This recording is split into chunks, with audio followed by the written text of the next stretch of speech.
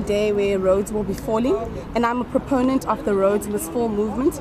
I've been occupying Azania House from day one, and I'm still here today, and we're waiting for 5 p.m. for the statue of this colonialist, this thief who stole land, who killed millions of black people.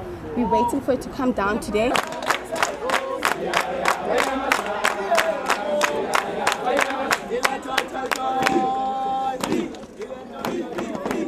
It shouldn't be the case that we fail to recognize that we have differences.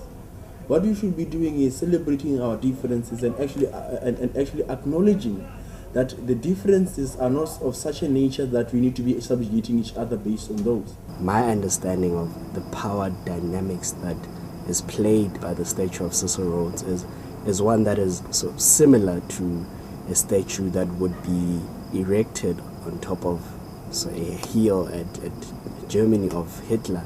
It does not represent a positive history of a country that has gone through the massive sadness and oppression of colonialists and oppressors. We have, if anything, have been made aware of how unbelievably powerful, sneaky, underhanded, dirty, and no limits. There's no limits to what the white man is going to do to stop us in what we're going to do. And we, as a collective, must constantly be cognizant of that. We cannot go into this battleground and not go in to fight these battles without our power, and as a collective.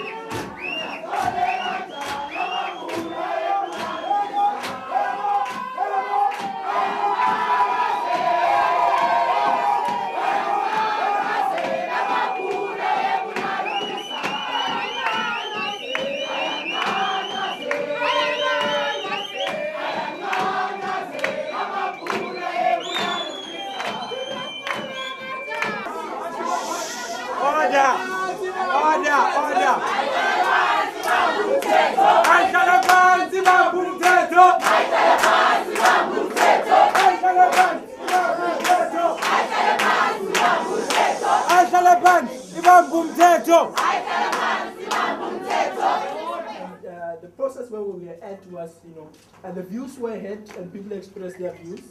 And now we're really dealing with the issue of how are we actually going to face the amendments. Because a motion was raised and there were now amendments, and we now had to vote on the issue of what will actually be going out. You are going to continue with your meeting with us here. We're not discussing this chair. It won't be a council meeting. Why not? Why not? Why not?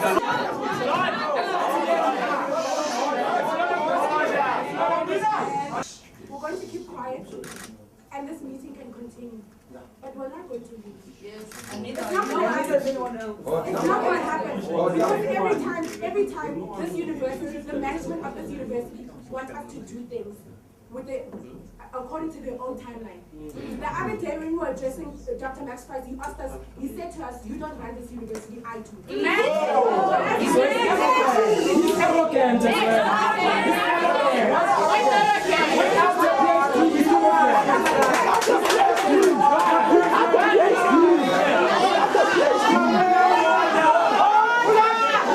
And what's made me very uncomfortable between this process is that there's only been two types of reactions from the ANC.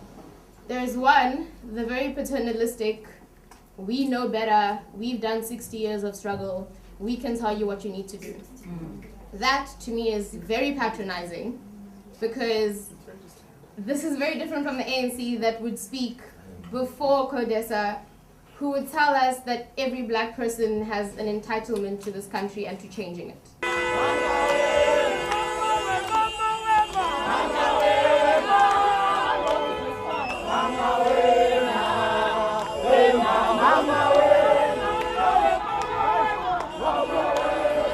not even trying to say, Bana, we want to be white. We are looking at privilege right in the face as UCT students. We're saying, Mna, I can be a lawyer. Me, I can have money. Me, I can be the next Cyril easily.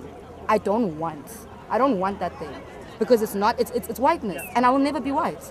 I'll be alienated from whiteness, I'll be alienated black, I'll be on my own. And that is the most painful thing as a black, female, lesbian, everything. I am alone in this space. Children of Robert Magaliso Sobukwe, finish what you have started. Children of Robert Mugabe, finish what you have started. Children of Mama Mandela, finish what you have started. We're also saying that to the people who keep saying that we're wasting our time, we are privileged. Why don't we use our privilege and intelligence to better society and better our communities? By doing this, we are bettering society. We are changing the national discourse on transformation, because for far too long, this country, which is the most unequal society in the world, has been hiding in the veil of reconciliation. Now we know today that the Rainbow Nation is a myth. We know that this economic freedom is a myth.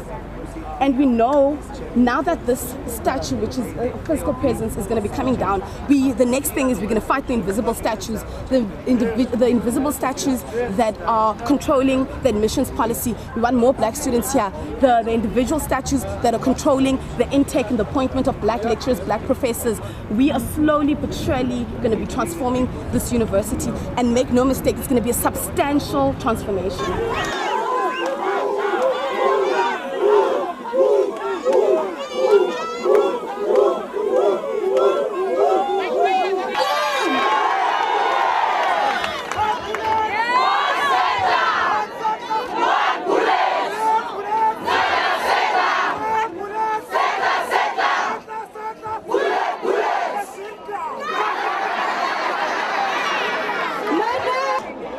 Sithi kubantu bakuthi abacinezelwayo apha eMzantsi Afrika namhlanje lixesha labo kuba abelungu bayimele inyaniso.